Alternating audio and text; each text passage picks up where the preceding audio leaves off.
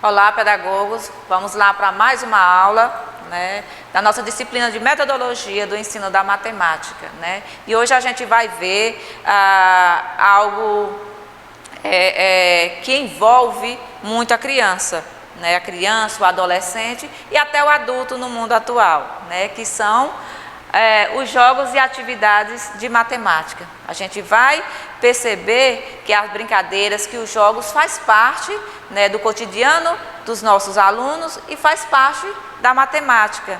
E como é bom brincar e como é bom jogar. Então a gente vai ver isso hoje como parte da nossa disciplina. Como mencionamos no início desse texto, a matemática está em todos os aspectos da nossa vida, não só na sala de aula. Isso quer dizer que as coisas do seu dia a dia podem funcionar como uma aula de matemática, simplesmente por te fazer usar a lógica ou resolver problemas do cotidiano. E aí eu coloco para vocês algo que a gente utiliza no dia a dia, nos jogos, seja nos celulares, seja da forma física, que é o Sudoku, que a gente pense no jogo que envolve o aluno, faz o aluno pensar como ele vai encontrar esse resultado. Então, tudo que faz a gente pensar, parar, para encontrar um resultado, ele faz bem para o desenvolvimento do aluno. O xadrez, que em algumas escolas já é utilizada como uma disciplina específica. Por quê? Porque foi comprovado cientificamente que ela faz com que o QI do aluno, ele vá se desenvolver cada vez mais. Então, os jogos, eles têm esse objetivo, que é fazer com que o aluno pense de forma racional para encontrar o resultado, para ele ganhar. É importante também a gente frisar aqui a questão do ganhar. É importante deixar claro para o aluno que os jogos vai fazer com que ele desenvolva o seu raciocínio lógico, mas que às vezes ele pode ganhar, que às vezes ele pode perder, e que a perca faz parte da vida. Faz parte da vida do aluno, faz parte da nossa vida. Então, tem vários tipos de jogos, foi colocado aí alguns, mas que deixando em destaque que os jogos têm esse objetivo. Jogos e materiais didáticos para o ensino da matemática. Há uma grande preocupação dos professores de matemática com relação ao ensino e aprendizagem significativa dos alunos. No entanto, é cada vez mais difícil encontrar alunos com interesse e motivados nas aulas de matemática. Isso ocorre tanto no ensino fundamental, médio e superior. Então, por que é importante eu destacar os jogos? Porque os jogos já fazem parte do dia a dia. E cada vez mais, de acordo com a etapa, ele vai perdendo o interesse pela matemática. Então, é importante encontrar estratégia de ensino que atrai ele de volta para esse campo, porque eles estão desmotivados em aprender matemática, porque encara, em sua maioria, que a matemática é algo complexo, que é difícil, que ele não vai compreender. E precisamos dar esse suporte para ele. Então, os jogos faz parte. E muitas das vezes o professor de matemática, quando ele trabalha a questão dos jogos em salas de aula, é comum que os professores tradicionais acham que ali é uma perca de tempo. E não é. Eu estou ganhando tempo, porque eu estou fazendo com que meu aluno aprenda de forma diferente e aprenda a matemática de forma real, ali na prática, fazer com que o raciocínio dele seja estimulado. Então, isso não vai servir, esse raciocínio dele não vai servir só para a matemática, vai servir para outra disciplina, que cada vez ele desenvolve o seu cognitivo, ele vai auxiliar nas outras disciplinas também. Então, não encarem, pedagogos ou matemáticos, que os jogos ou brincadeiras são perca de tempo. Eles são perca de tempo quando eles não são planejados e não são realizados com objetivo. Mas se ele tem um objetivo, ele não é perca de tempo. Ele vai fazer com que seu aluno possa compreender. Os jogos possibilitam a produção de uma experiência significativa para as crianças, tanto em termos de conteúdos escolares, como desenvolvimento de competências e habilidades. Então, Macedo já coloca aí essa afirmação, que aí ele chega a fundamentar o que a gente falou anteriormente. Então, vários estudiosos já faz colocações, né, sobre a importância, né, dos jogos e das brincadeiras na vida da criança ou do adolescente e até mesmo do adulto. Porque aí quando ele chega lá no ensino médio, já quase não tem jogos, quase não tem uma brincadeira na matemática, simplesmente a matemática aquela de sala de aula, onde o professor vai para o quadro, explica e pronto. E aí é para o aluno decorar, né? Então, isso não é para existir. É preciso que a gente coloque o aluno em igualdade com a matemática, para que ele possa realmente compreender. Não estou dizendo aqui que todos os conteúdos são fáceis de encaixar jogos, mas eu estou colocando aqui que a matemática tem que ser algo mais concreto e que a gente pode sim, lá no ensino médio, estar trabalhando jogos como xadrez, né? Pode, jogos tecnológicos, quando a gente vê nos celulares, então posso sim estar introduzindo, não como conteúdo programático às vezes, mas como forma de eu induzir a aprendizagem do aluno, fazer com que ele pense e raciocine de forma lógica. Metodologia, jogos matemáticos. Para que servem os jogos? O uso do jogo no ensino da matemática se justifica porque possibilita a produção de uma experiência significativa para o indivíduo, crianças ou adultos, tanto em termos de conteúdos matemáticos como no desenvolvimento de competências e habilidades. O indivíduo é motivado a trabalhar, pensar ao jogar. Então, ao jogar ele está trabalhando, né, e ele está pensando, porque ali ele tem que saber a jogada que ele vai poder fazer para chegar finalmente nos jogos. Então, é uma maneira dele parar para pensar, até a concentração, comprovado cientificamente, né, o jogo faz com que o aluno, com que a criança, o adulto, ele se concentre mais, ele possa parar para pensar um pouquinho.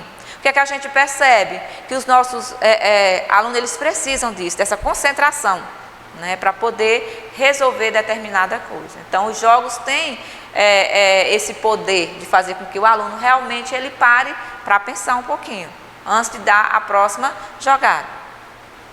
Na perspectiva de resolução de problema, o jogo deve ser aplicado como um gerador de situações e problemas que realmente desafia o aluno a buscar soluções, ou ainda como desencadeador de uma nova aprendizagem ou uma fixação e aplicação de um conceito já desenvolvido. Então, novamente, né, outro autor que venha a confirmar, né, o que a gente vem colocando sobre a questão dessa importância desses jogos.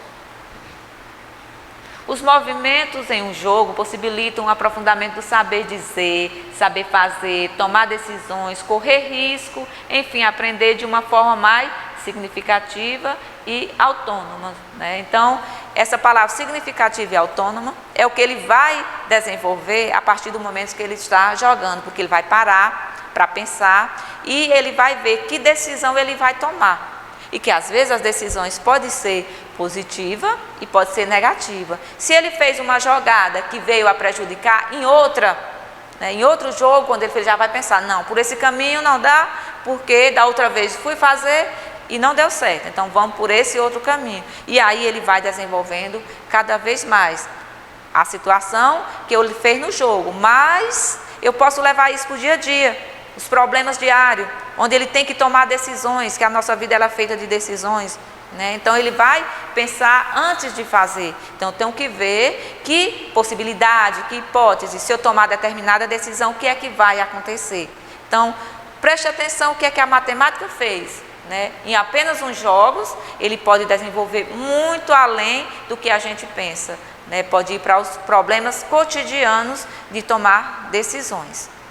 E que decisões, elas também têm consequências. É aí que o aluno vem perceber o tanto que ele está envolvido, o tanto que a matemática pode ser algo que auxilia ele no seu cotidiano. O jogo serve para fixar ou introduzir conceitos matemáticos, estimular o raciocínio, motivar os alunos, propiciar a solidariedade entre os colegas, desenvolver o senso crítico e criativo. Então, além de tudo, estimular esse raciocínio, ainda tem a questão da coletividade, né? Então, se os jogos eles forem coletivos, vem aí a equipe. Uma equipe tem que ter parceria, tem que um ajudar o outro, né? Isso eu estou falando quanto escola. Aí eu vou lá para o meio social. Lá eu tenho que saber conviver em sociedade.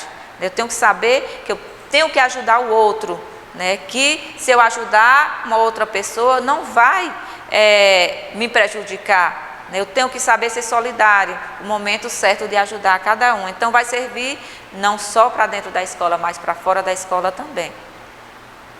Classificação dos jogos, né? A gente sabe que tem diversos jogos e aí a gente tem os jogos de azar, quebra-cabeça, jogo de estratégia, jogo de fixação de conceito. E nesse eu vou destacar, né, os jogos, o quebra-cabeça, que a gente pode utilizar desde cedo, né, da educação infantil, de forma mais simples, como os livros de historinhas sendo divididos para ele estar montando, né? Então o quebra-cabeça vai fazer com que realmente, né, a criança, o adolescente, ele pare, né, para ir montando as pecinhas que, né, vão se encaixando, né? E é isso, ele tem que ter esse pensamento, né, de ver, não, se eu colocar essa peça, ela vai encaixar certinho.